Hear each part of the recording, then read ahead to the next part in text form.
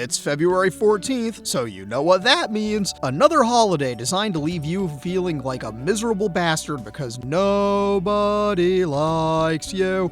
Everyone left you. They're all out without you.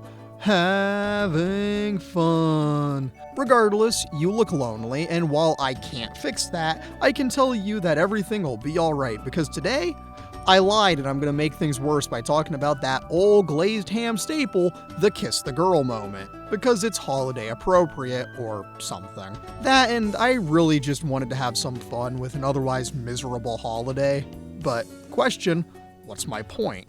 Well, glad you asked. I'm not quite so sure myself, but I do know that I just want to go over some KTGs, some good, some bad, and talk about what makes a good moment and what makes a bad moment, and just go over a bunch of random shit that I was thinking about for fun. So let's just get into it, shall we? Just one more thing. I do want to define the terms really quickly so we're all on the same page. The KTG, or Kiss the Girl, scene is generally to serve as a big turning point for the protagonist, for better or worse, and whether that turning point be for a narrative or character purpose. It's a tool you keep in the kit because it has a lot of potential to sell a character arc. For example, the KTG moment in Drive is a scene where the protagonist kisses the girl he's been talking with the whole movie because it's the last chance they'll get to say goodbye and get his true feelings known, since it's the big dramatic turning point before he goes off to finish things for good. The kiss is the moment this shift occurred, at least for the sake of the audience, right? Anyways, now that you get the general idea, we can actually get into what I want to talk about. So now let's get into it, shall we? We're going to start off with the moments that are good, a nice solid scene that executes the intended purpose of a KTG exactly as it should be done, but doesn't do anything particularly special past that. And to start with the most perfectly neutral scene I can think of, It Takes Two's grand finale. It's a perfectly fine scene, it works as a KTG that serves the narrative in a very literal sense, but it doesn't really do much past that. Yes, this was a necessary scene for the narrative, it's how the curse gets reversed, and theoretically I'm supposed to feel something, but I don't really care. I mean, yes, it served its role, but in terms of characterization, it doesn't do much for me, thus leaving it in the limbo of being a good example of a narrative KTG, and since it does serve its exact purpose, it gets to be in the category of good. Now, maybe the top of the tier on good would have to be my dearly beloved boy Warren from Life is Strange. This is a completely self-indulgent pick, but I love it, and it is a really good scene, but not the best. For longtime viewers, you already know what this scene is, but for the uninitiated, this scene is in the vein of the Drive KTG mentioned in the intro, where it's the protagonist's moment to kiss the girl for the first, and often last, time before they go off to save the world and finish the story proper. In the case of Life is Strange, this is exactly that. Max is about to go off and save the world through the wonders of time travel, and before she resets the timeline to the original state, in this moment, you can kiss the boy, let him know how you really felt, and then do the time warp again. It's a good scene, it serves as a good turning point for Max and the narrative kicking into making the final choices of the game, and all is well. I love the simplicity of this scene, I really do, but I can't rate it in the upper echelons of the best KTGs because it doesn't do too much special to earn a place there.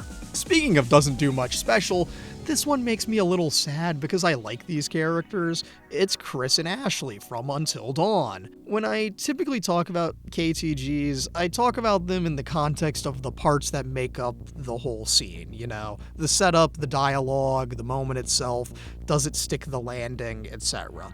And by all accounts, this scene does everything it should. It's another one of those Drive-style KTGs, and boy am I sensing a pattern. It's almost like this is an archetype of its own.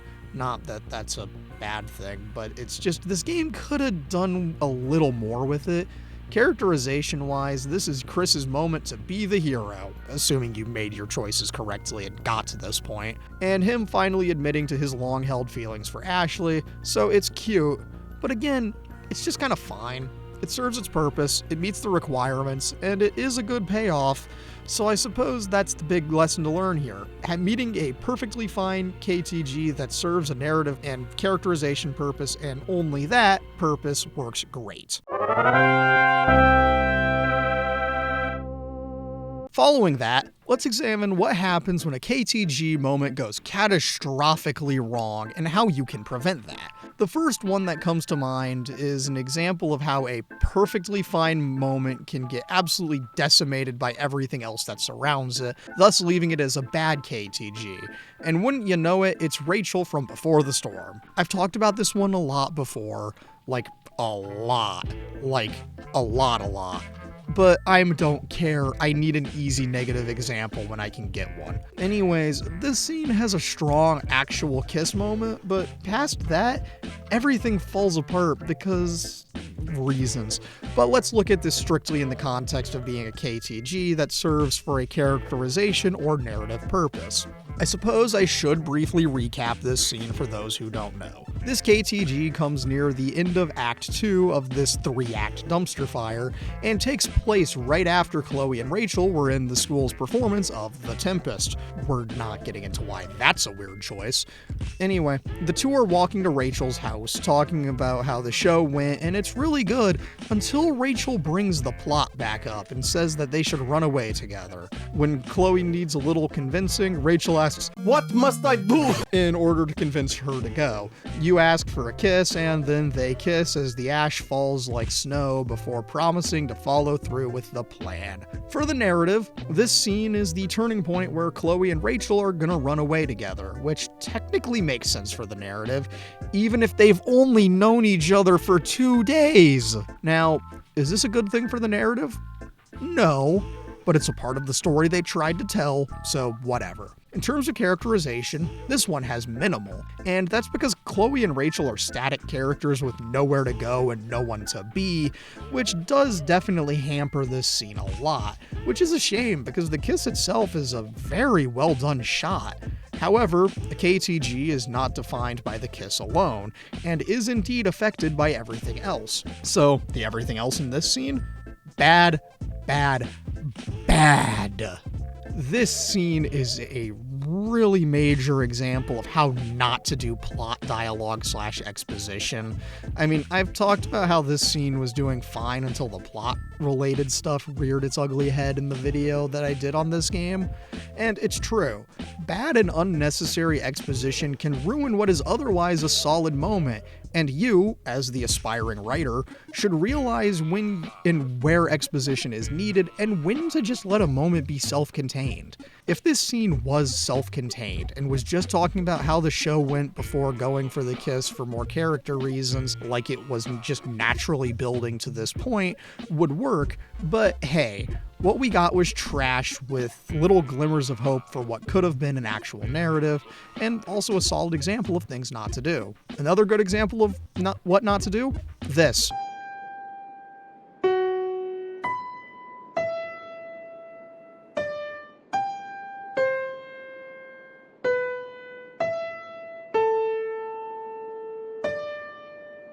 Making a category that you can only think of one example for, because boy does that put you into a corner.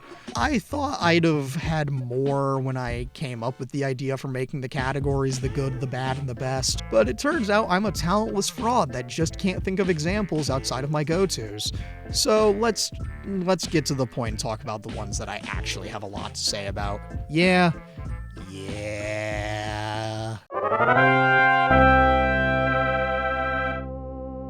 Finally, we're going to examine the best of the best KTGs, the real cream of the crop, those scenes that just hit it out of the park, and figure out why. I've got a real solid selection of scenes, most of which I've never talked about on here, so I'm gonna go ahead and hit one of the scenes I haven't talked about before, then dip to a scene I have talked about, then see where I want to go from there. First up, a scene from a game that I kinda thought I'd never talk about here, especially since I played it for me and only me. It's Final Fantasy VII Rebirth, baby! And if you know the game, you already know the scene. It's the Skywheel date in Chapter 12 with Tifa. Now, It's one of those character growth KTGs because it's the culmination of a whole lot of interactions throughout 2 games, and the payoff was massive. To briefly summarize the characters, not the whole game because I barely understand it myself, Cloud and Tifa were childhood best friends, then Cloud joins the military, leaving her far behind. Some shit happens, spoilery stuff that doesn't much matter here. They get separated for like 7 years, then Cloud ends up doing a job with Avalanche, eco-terrorist group, and when they head back to HQ so Cloud can get paid, he finds that Tifa runs the bar they're stationed out of. Then we're going to ignore the rest of Remake and transition into Rebirth, but all you're missing out on is them getting closer and the barely restrained romantic tensions that fill out the rest of that campaign for them. Rebirth then continues this barely restrained romantic tension, but escalating it through dialogue choices and just a metric ton of hugs. Like, Jesus Christ, man. Anyways, after you play through most of Rebirth and you've gone out of your way to make sure Tifa feels the way you do about her now, you go on the big ol' Skywheel date. Once you're in the Ferris wheel gondola together, you talk about the journey you've been on, what's up with Aerith, long story not relevant to this one, and the conversation seems to go a little south when Tifa starts doubting herself and being insecure. Cloud, having somehow gained divine knowledge and an ounce of situational awareness, eases her worried mind with some words I don't remember and sliding in for a hug. And as the fireworks begin to kick in, they lock eyes, and that's when we get the dramatic swell in the score and they kiss. As a scene, this one is so good. It's the emotional payoff for 2 characters that, for the most part, only get to suffer as far as the narrative is concerned, and it's a very well executed scene. From a characterization perspective, these 2 are in the category of mutually pining idiots that are both very good at maintaining a level of composure, and in this rare private moment, we see Tifa's composure slip, revealing a little more of that insecurity that lies beneath it all. Now, Cloud being a soldier boy and all, isn't exactly known for his empathy or compassion, and yet this moment shows a lot of growth for him. Precisely because he takes the initiative in being the comforting presence for Tifa that she usually is for him. Aside from all of that, the visuals are incredible here, and that's in part because this whole game looks good. But this scene is a standout for sure. All of the crazy lighting shit they do with the fireworks is genuinely phenomenal, and sets this amusement park atmosphere brilliantly. However, the big thing about this scene is the dialogue. And man, does it hit all the check marks for a damn good scene. It has that little bit of mundanity to it at the start that I adore because it makes for a more naturalistic scene, and it fits the characters incredibly well. Then of course the lead up to the moment itself is great. I love Tifa's insecure lines, and then Cloud's sudden divine inspiration really just leads to such a wonderful scene that was very rewarding and hit a little close to home as a whole. Phenomenal scene overall and worthy of its place in the upper echelon of KTG moments. After that unexpected scene, let's get the one you expect me to talk about out of the way in a relatively short analysis. Yes, the best Kiss the Girl moment in the Life is Strange series is Ryan from True Colors, and let's talk about it again because it's relevant. The setup, the scale, the performances, the dialogue, everything is so well executed. But more importantly, it serves as one of my favorite KTG moments that works in both of our established categories. This moment works as Alex finally finding home, finding someone who truly makes her feel safe and like she belongs, which is a big moment for her as a character, but also for the narrative. It even works as a really good hook for episode 5 because it builds up Alex's character to a narrative high point, and thus makes the end of episode 4 all the more tragic when Jed betrays you, since it looks like things are truly on the upswing for her. But as a standalone moment, separate from everything else, it's still just so goddamn brilliant and stands alone as the best KTG moment the Life is Strange series has ever produced. Now, to throw another wrench into my own plans, let's hit one that you really didn't see coming. Hell, I didn't even see this one coming. I really wasn't going to talk about this one yet, especially because that video won't be coming out until a few months from now, and it's a big ol' spoiler for a series I'm covering that's coming really soon, and given that there may or may not be a trailer for that series out by the time you see this, you may or may not know that I'm going to be covering all of One Tree Hill. I'm going to spoil a genuinely very large and important KTG that happens in Season 4, so if you want to experience my descent into madness unspoiled when that video comes out, please skip to the timestamp on screen, but if you want an insanely out of context look at one of the best scenes this series has to offer, then let's get into this disaster and figure out why this scene is actually a good scene in a sea of trash, unlike Rachel in Before the Storm. I'm going to ignore the context that leads up to this scene, because I can't recap all 75 episodes that precede this one, but I'll give you a very, very brief rundown of everything you need to know here. Ahem. So, after winning the state championship high school basketball game, one of our main characters, Lucas Scott, watches as his half-brother Nathan celebrates with his wife and fellow classmate Haley James, and Lucas thinks about his past relationships with Brooke Davis and Peyton Sawyer, and as he talks to Brooke, he realizes that the girl he wants standing next to him when his dreams come true isn't her, but rather Peyton, who he's been in love with since Season 1, but they couldn't be together until this point for narrative reasons, I guess. And so, Lucas walks over to her, he confesses his love to her, and they kiss as the confetti rains down around them. Now, there's a lot more that goes into this scene that I can't afford to recap here, and that explains why I think of it so highly, and I'll do the best with what I can do here.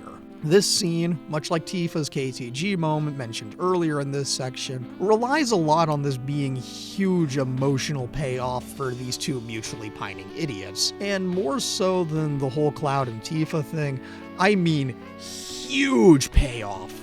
You could say it's a massive payoff even. Like 75 episodes worth of payoff in a single moment. And that's great.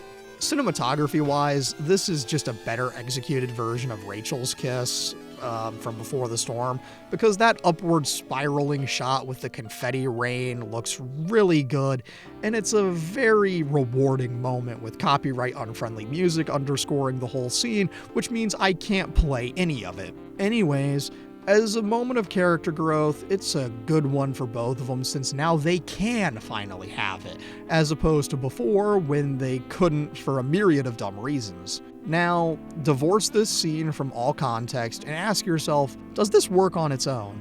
And the answer, shockingly, is yes. It's a very simple moment in plan and in execution, but it's a phenomenal example of a good emotional payoff in TV. It helps that these two were the real emotional heart of the show. You can fight me on that one. But honestly, I can't tell if the reason I'm ranking this one as highly as I am is because of Stockholm Syndrome, or because it's a glimmer of something good in a mountain of garbage. Or because as a scene it fundamentally works because it isn't bogged down in the plot like Rachel in Before the Storm. And I want to stress that part. This scene has no other plot points to distract from the payoff than win state championship and get girl. That's it. That's the entire objective of this scene. No room for dialogue that doesn't serve either of those 2 points, which is a great thing. The big downfall of Before the Storm is the abysmal writing, and let's be real, the writer's incessant need to have exposition in every moment and explain things the player could have figured out on their own. Even when you view that KTG scene isolated from the rest of the game, the exposition is front and center and really drags it down. In contrast, this scene in isolation is easy to understand and you get everything you need to understand out of it. Moving right along, somehow I'm talking about one of my top 3 favorite comics ever for the first time on this channel, and it's Invincible! Yeah, so Season 3 started really recently, and they finally adapted one of my favorite scenes from the comic, but since this is such a recent release, I'm issuing another spoiler warning for both the comics and the show, so please use the timestamp on screen should you be so inclined, but if not, I'll carry on. The comic and the show are 2 different versions of the same scene, and I'm talking about them both in this section because one of them is a perfect scene, and the other is the show's adaptation of that scene. The show's version is a perfectly fine scene, but for some bizarre reason they split it in half, and in doing so they lost a lot in adaptation. However, before we get to that, let's break down the premise, since the setup is pretty much the same between both versions, followed by the comics KTG, then the shows. So, following the reveal that Cecil is recruiting and using captured villains to do government work, Mark goes to be like, dude, what the fuck, I'm not gonna work with you if you're gonna do stuff like this. Cecil be like, tough shit, I don't care. Also, I put a sound bomb in your head, and then he activates it. Mark goes flying off to the Guardians of the Globe HQ to get help. Cecil whips out his army of the undead, and Mark is gonna die. Mark is able to get free eventually and wrecks Cecil's shit, deserved, before finally quitting his job and going home. Now, before the reveal that Cecil be doing some shady shit, Mark confessed his feels for Eve, but went about it in the dumbest way possible, i.e. an alternate universe version of her told him to give his universe's Eve a yes or no answer so she can move on, but he told his universe's Eve this whole thing, and it's a mess. But back to the main set of events, Mark goes home, Eve is there, he recaps all the crazy shit that just went down and all that, then the scenes kinda diverge from here. In the comics, Eve goes outside to the backyard just to get a bit of air before leaving, and Mark has to get some shit off his chest. A big concern from their last conversation was if he was asking her out because he felt obligated to, or if it was real, and he dropped such a banger line about how when he was dying, the only thing going through his head was thoughts of her, like her voice, among other things. She interrupts him with a kiss, and God, it's such an adorable moment. In the show, though, the backyard scene results in them arguing a little more, then she gives him the ultimatum. This happened earlier in the comics, right before Mark goes to piss off Cecil, actually. We get more unrelated plot things in between, then we get a shot of them on top of the bridge we saw in the season 2 finale, and the scene plays out similarly to the comic, just with more of the show's insecurities dropped into it. I want to say I'm only including this here because the comic is a perfect scene, and I'm not looking to put them up separately. The show's version is just fine. I mean, everything else this show has done is really damn good, and I get they split the scene for pacing reasons, but also it was an incredibly stupid choice that really screwed the payoff here. Yes, they recovered it a bit, but also, come on, man. Just leave the scene as God intended and adapt it verbatim because it's such a good scene. The show, though, it's just fine. I'd put it in the good tier if I was putting it in separately, but having 2 spoiler warnings for the same scene is redundant, so you're getting it here. Anyways, the comics version is that really simple, stripped down bullshit I love. I'm a sucker for the kind of KTG that has a cutoff with I know. like Alex in True Colors, or just cutting a character off before they can say something stupid like I love you. It's a great little thing in nobody's eyes but mine. This one is a favorite and in the perfect tier because it's unironically one of my favorite comic panels ever. Up there with It's Forever Now from The Crow and I Did It 35 minutes ago from Watchmen, you know? It's still a well-executed payoff for a damn good set of characters, so it's earned its place up here, alright? Well, I'm out of ideas for moments to talk about, so happy Valentine's Day, you lonely bastards. I hope this made any kind of sense to you. I hope you learned something today, or at the very least enjoyed me going insane for a little bit. Of course, I'm sure I missed a lot of good and bad scenes, so hey, leave examples you think of down below, and maybe I'll make a part 2 of this idea next year, or maybe I'll see what else I've got cooking. Thank you so much for watching and making a crappy little holiday just a little bit more bearable. It really means a lot. Anyhow, given that this is going live on Valentine's Day 2025, I'll see you again tomorrow to talk about one of my absolute favorite movies ever, Battle Royale. This is such a special movie, and I cannot wait to talk about it with you all soon. So please tune in because this is gonna be a good one. Anyhows, my name is A Leg of Glazed Ham, and until next time, thanks again, and good night.